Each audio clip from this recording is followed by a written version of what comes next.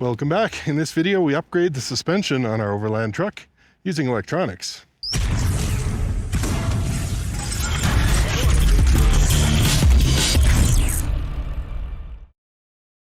So allow me one breath to give you guys the backstory. For those of you who are new here, this is our overland truck that we built on a commercial F550 cabin chassis, which in an earlier life was a knuckle boom crane truck. And initially, our suspension upgrades were limited to new shock absorbers because we were building this thing on a budget. But after a couple of years of running the stock leaf springs, we found while they were perfectly suited for carrying heavy loads on the highway, they lacked the spring rate to be comfortable when off-road, and more importantly, they lacked the flexibility and travel to articulate when crawling over larger obstacles. So in 2018, we had a custom set of 4 leaf springs built by Deaver Suspension. These were built to have the same specifications as the springs on the iconic Turtle 5. A foreshadowing key difference between these new springs and the stock is they don't have the overload leaf present. The advice I got at the time was that this is more desirable because the overload spring could limit articulation when off-roading, and because this rig isn't loading and unloading cargo of different weights, the new springs could be built to match our running weight without the overload spring. So we installed the new springs and initially had very little problems. We got about a 2-inch lift over the stock springs. The ride was definitely much improved, nice and plush on rough roads, and we could articulate the axles much further than we could with the stock springs.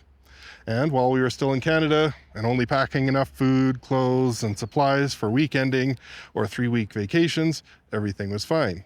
And even once we hit the road full-time in early 2019, we didn't really notice a problem because traveling through Canada, the USA, and Baja, we'd always had smooth roads, and our off-roading was mostly limited to BLM lands and Baja beaches. But now, 5 years later, we've been through 12 countries, and we've increased the amount of food and water that we carry. We've added a second fridge, more batteries, a water heater, and countless bits and bobs that all add up over time. And even though we've gone through and given a bunch of it away, we've still put on 1,000 pounds since we left Canada. Not to mention that in Central and South America, instead of stop signs, they'll often have topes or tomolos. Basically, oversized speed bumps. Some can be 8 or 10 feet long and 10 or 12 inches tall and poorly marked, if at all. They're more effective than a stop sign because they're self-policing stop signs.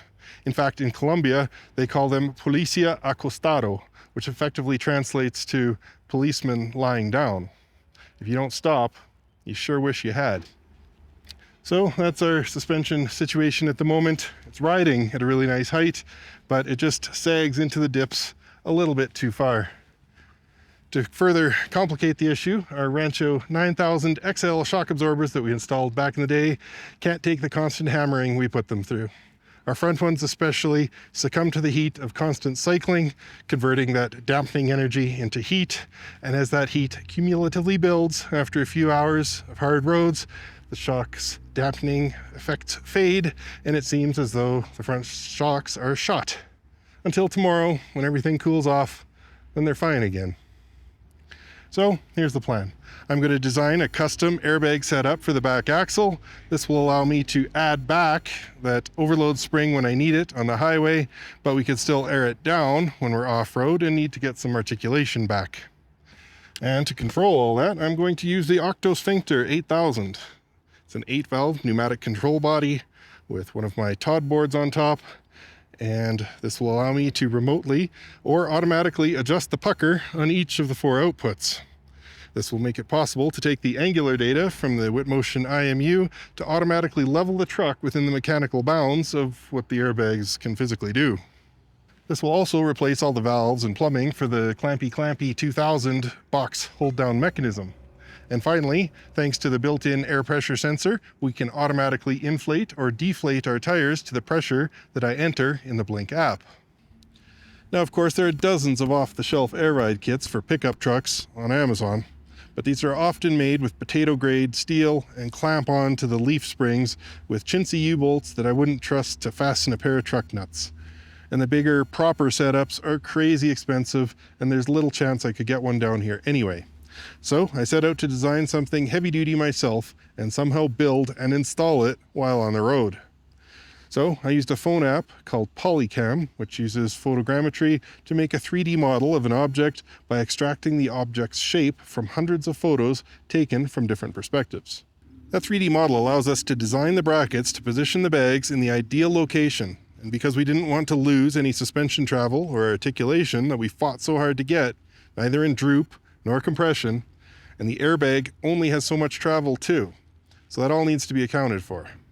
So I employed the help of our first ever subscriber and mechanical engineer extraordinaire, Taylor, who in only a couple of hours had some really clever ideas to overcome the challenges of getting those 8-inch airbags stuffed in there, attaching the bottom bracket to the springs by clamping it under the U-bolt sleeper block. Once we had the design fleshed out, we emailed the CAD files to Colombian Tyrone in Bogota City, who laser cut the parts out of 1/4-inch plate steel and also helped me find a shop with a press brake big enough that could bend those plates into shape so that the tabs and slots that Taylor designed in there all popped into place and ensure everything is aligned. Then when we arrived in San Agustin, I found a good welder named Pedro with a nice shop in town, and he said he'd help me weld and install everything. So we got to work, and after we tacked everything together, we test fitted onto the chassis, and as you'd expect, everything fit together perfectly because CAD. We just needed to make a little clearance for the big U-bolt on the rear side of the lower bracket. And you might at first glance think this is a shop of a shade tree mechanic with chickens wandering around you as you work, but after the first weld, I could already tell that he knew what he was doing. Hot welds with good penetration.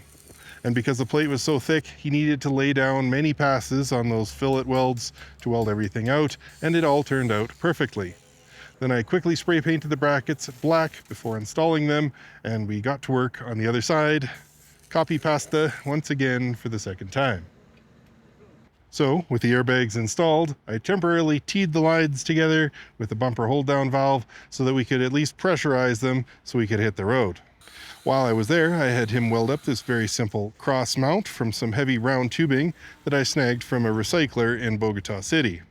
Along with a spacer at the bottom, this allows us to have 2 shocks mounted front and back from the original mounting location.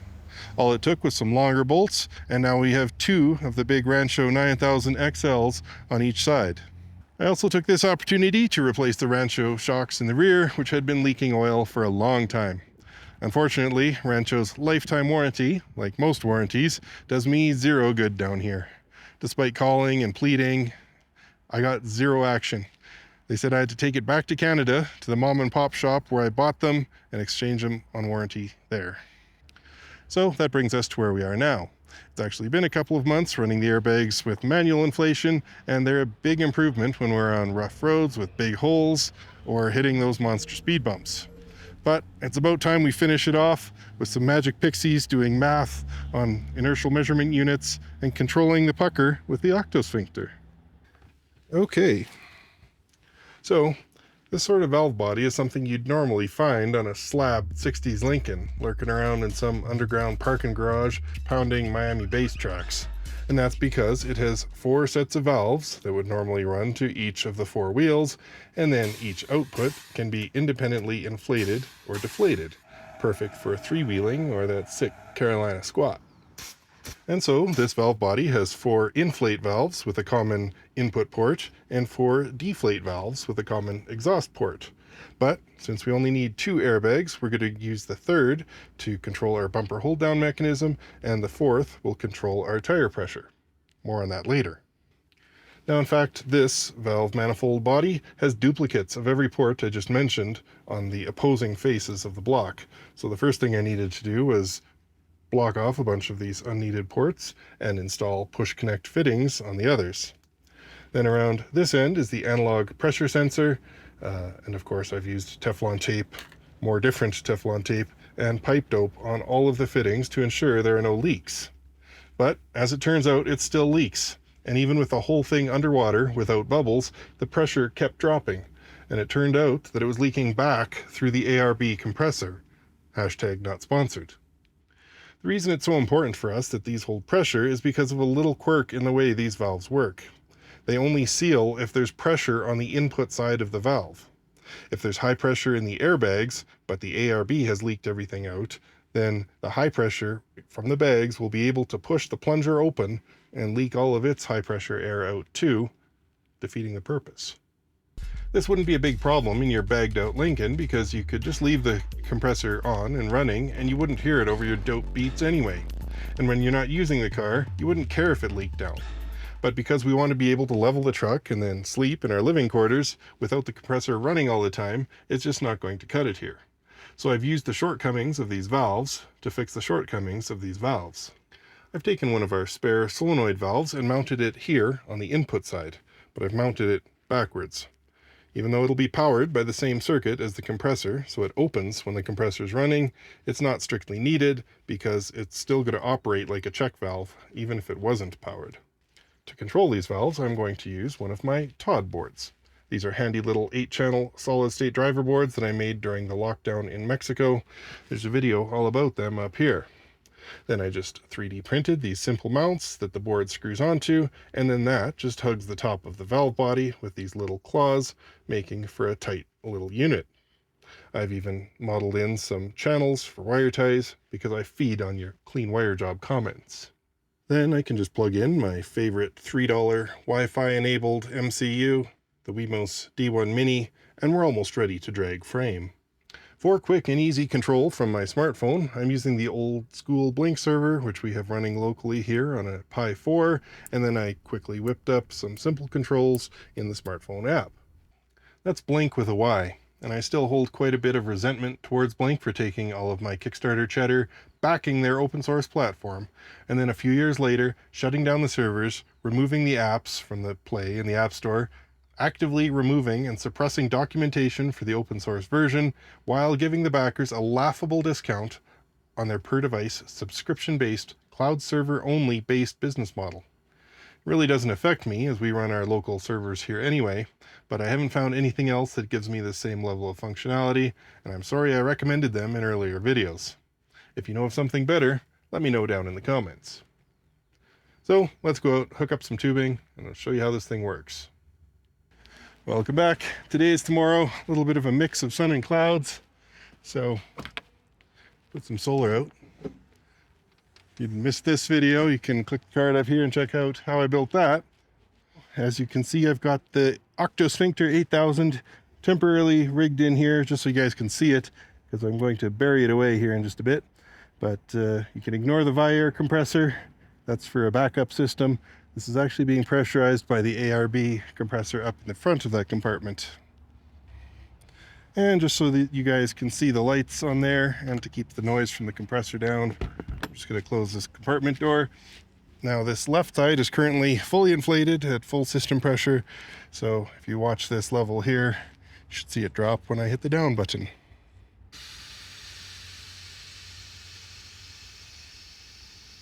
And up is exactly the same, just not quite as fast.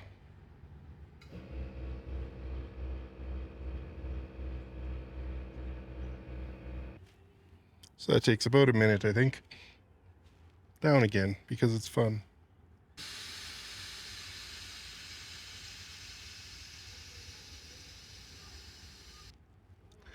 The other side's much the same.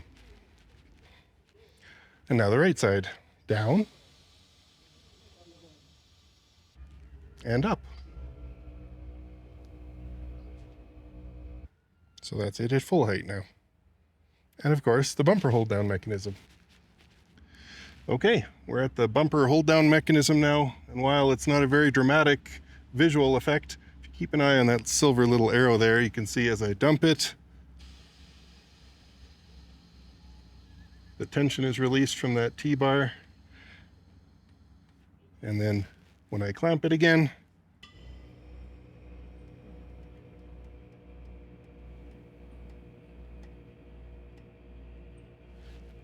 it pulls it down tight.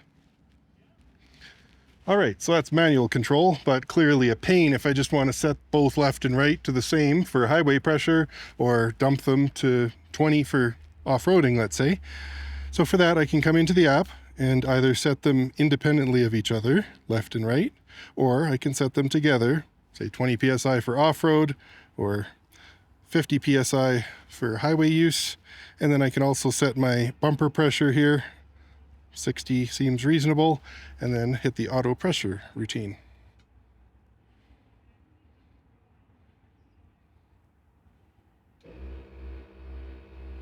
As you can see, it measures the pressure on each of the bags and then starts filling left, right, and the hold down clamp. And as we can see down here at the bottom left, system pressure is at 38, 40, 44. And as it hits all the pressures for each of the zones, it turns those valves off. Next, I'll demonstrate the auto leveling procedure using the Witt Motion IMU. I'll show you that in just a second. But the scenario for this would be we roll into camp, we're a couple degrees off the level, and we want to level the truck off. In this situation we are now, this left side where I am now is a little bit low, so it needs to be raised, and the other side's a little bit high, and it needs to be dropped. So to execute that, I can just come down here and hit IMU level. It will measure the difference. As you can see, we were 1.75 degrees off of level. It is dumping the right side, raising the left side, and you can see here in the bottom left corner, this little gauge bar is showing 43 millimeters low still. So as this continues to raise, you'll see that number get lower and lower.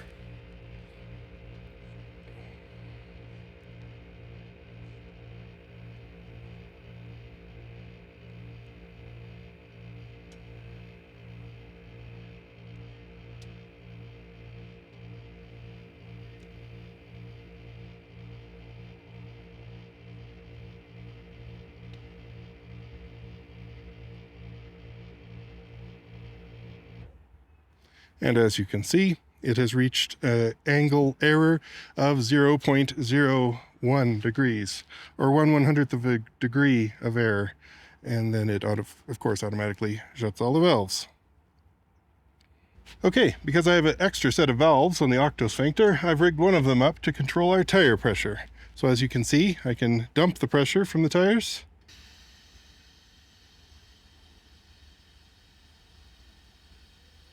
Now this isn't super fast because these tires have a lot of volume in them, but I can go from 60 psi to flat in about 5 minutes, but we would never go that low pressure. Maybe down to 10 psi from 65, 75, somewhere in there. But I'm not going to make you sit here and watch this, so instead, enjoy this time lapse. And up, and down, and up, and down, and up and down, and up. Now obviously there's some movie magic going on here, because the astute amongst you will have noticed we don't have a hose connected to the tire stem. The reason for that is we have valve stems on both sides of our wheels because the track of our truck, the rear axle is narrower because it was originally a dually truck, and so these wheels were manufactured such that we can flip them inside out to run on the front and back. And a side effect of that is we have valve stems on both the inside and the outside. We do not have a central tire inflation system. And the second half of this trick is the air hose.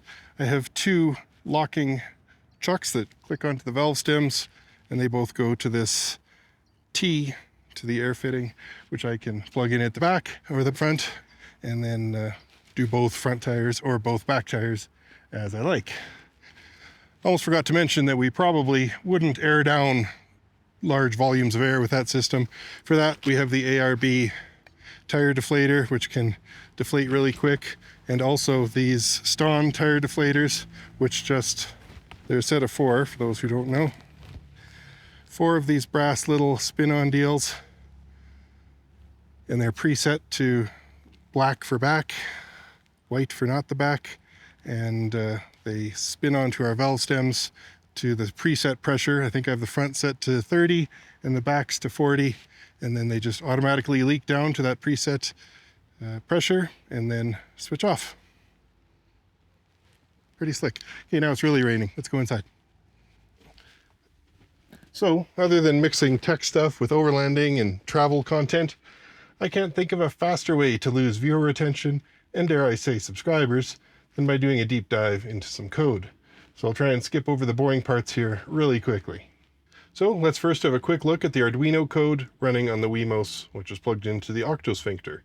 The automatic pressure-based routines are pretty simple, and this Arduino code basically just waits for me to trigger the auto pressure routine from the Blink app, and then monitors the pressure with the analog pressure sensor, and then opens the valves, runs the compressor while constantly checking each zone, and then closes the valves once they reach the target set point. There's slightly more to it than that, but that's the gist of it.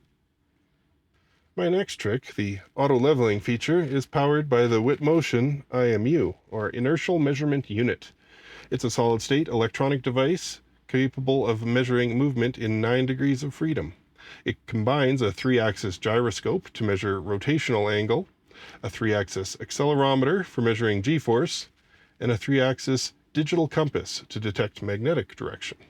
This is the bit of kit that allows the truck to very accurately measure the angle at which it is sitting. Now, there are, of course, cheaper, basic versions of IMUs on a PCB dev board, which can be had for $15 if you just need serial pins for your Arduino project. But this one is nicely mounted in a little tiny case with little mounting ears, and it has a built-in battery that lasts for 10 hours, so you can walk around and mount it to whatever you want. It has a USB-C port for charging, but you can also connect it to your computer and get all of the serial data out of there too. Obviously, that's what I'm doing, and I'll show you that in a second. And of course, it has a Bluetooth radio, so you can pair it up to your iPhone or Android and see all of the data there too. So for about $50, I think it's well worth it for the extra convenience and versatility that it offers. I've actually had it for the last year or so, and I've used it a bunch of times to level the truck off when we're just pulling in somewhere for the night. I just switch it on, place it on the floor, and then I can just watch in the app and move the truck around on the bumpy terrain until I find something pretty close to level. But oftentimes I'd forget to turn it off and the battery was dead the next time I needed to use it, or I just lost it at the back of the junk drawer. So it'll be nice to have it fixed in place and always charged up by a USB. In fact, I think this would be a great little gadget for anyone with a camper or RV trailer of any kind. Rather than running around and looking at your little bubble levels on the camper, you can just stick this inside the camper unit somewhere and then monitor the level of the trailer from your phone when you're backing into your camp spot or running around messing with your leveling jacks. This isn't sponsored at all. They don't know I'm making this video. I just think it's a really cool product, and I'll put a link down in the description if you're interested. So, like I said, this has the USB-C port right on there with the serial adapter built in, so I can just plug this straight into the Raspberry Pi. Then, this is the Python script that retrieves and processes the data from that IMU sensor, specifically the tilt angle, both in the X and Y axes. Right off the bat here, you can see I've set some constants, the number of readings to average, the target error, basically how close to level is acceptable, and the max error, which it would attempt to correct, basically setting the mechanical bounds of the system. Then this section sends the hexadecimal formatted request to the IMU, requesting the angular data, and then waits for the response and verifies its validity. It cycles through this 25 times to get a whole bunch of data points, which we can use to average and filter out any rocking movement in the truck or any other cause of erroneous readings. This average provides a reliable measure of the truck's tilt, which we use down here to issue commands to the Blink server to open the valves to either raise or lower the right or the left side as needed to level the truck within the bounds of target error and max error, which we defined above. Now, both this Python IMU code and the Arduino sketch, which I showed you earlier, albeit a bit rough around the edges, is something I'll tidy up and share on our website. For our supporting channel members, you'll get early access, but it'll be available for everyone else soon. So whether you're watching this now or in the future, check it out and maybe give it a whirl in one of your projects. And speaking of channel members, a very special thank you to all of our supporting channel members, especially our Tier 4 and 5 members, keeping the lights on around here. Furious George, Alan Crum, Cecil Neville, John S., Austin Space, Aaron Isaac, and Frank Brantz. If you're interested in having your name listed in the ranks of these legends, consider hitting the join button down below and check out the membership options available to you there. Not only do you get the warm and fuzzies from supporting the channel, but there's also some cool perks and behind the scenes members only videos there too. Now, I know some of you might be thinking, hey, these airbags only changed the angle of the truck by 2 or 3 degrees. Was it really worth it? Let me tell you, those 2 or 3 degrees can be all the difference between dealing with annoyances like wet skillets sliding off your glass cooktop, drawers creeping open, or chasing batteries across the table. In these scenarios, a little bit of lift goes a long way, so I'm more than satisfied with this setup. Plus, let's not forget, the primary goal here is to enhance our suspension and handling, which this system does perfectly. It's not the flashiest thing to showcase in a video, but the improvement in ride quality is something I feel on every bump and turn. So I hope you enjoyed the backstory and the journey as much as I'm enjoying the improved ride quality. Don't forget to hit like and subscribe. Share your thoughts in the comments. I'm always eager to hear what you think, or if you have any other tech puzzles for me to solve in future videos. Thank you so much for watching. We'll see you next time.